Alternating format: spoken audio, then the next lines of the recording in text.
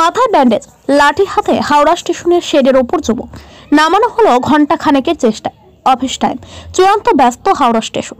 তার মধ্যেই চোখ কপাল উঠল সকলে।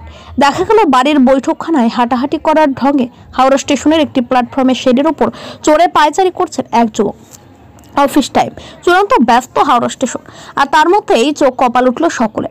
ব্যাপারটা কি? দেখা গেল বাড়ির বৈঠকখানায় হাঁটাহাঁটি করার ঢঙে হাওড়া স্টেশনের একটি প্ল্যাটফর্মের শেডের উপর চড়ে পায়চারি করছেন এক যুবক। তার হাতে লাঠি, মাথায় ব্যান্ডেজ। এই ঘটনাকে কেন্দ্র করে শুক্রবার সকালে হুলস্থুল কাণ্ড হাওড়া স্টেশন চত্বরে।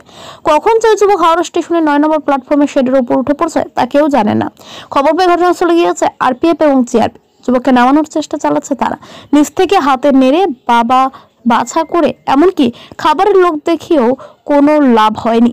কখনো বসছেন, কখনো হাঁটছেন। যুবককে স্টেশনের মাথায় চড়তে দেখে ভিড় জমে গিয়েছে স্টেশন চত্বরে। সকাল সকাল মুক্তে পাওয়া মজা লুটতে চান অনেকে আবার উদ্গ্রীব, আশঙ্কিত। নিরাপদ এই যুবককে নিচে নামিয়ে আনা তো যাবে। শেষমেশ ঘণ্টাখানেকের চেষ্টায় এই যুবককে নামানো সম্ভব হয়েছে। খবর পেয়ে দমকল কর্মীরা ঘটনাস্থলে গিয়ে যুবককে নামিয়েছেন। তাকে হাওড়া জিআরপিতে নিয়ে যাওয়া হয়। পুলিশ সূত্রে খবর, ঝাড়খণ্ডের বাসিন্দা ব্যক্তির নাম রবীন্দ্র পাহাড়িয়া। তিনি কি কারণে এরকম ঘটনা ঘটালেন তা খতিয়ে দেখা হচ্ছে। প্ল্যাটফর্মের শেড রক্ষণাবেক্ষণের কাজ চলছিল, সে ফাঁকে তিনি উপরে উঠে গিয়েছিলেন বলে প্রাথমিকভাবে জানা গিয়েছে।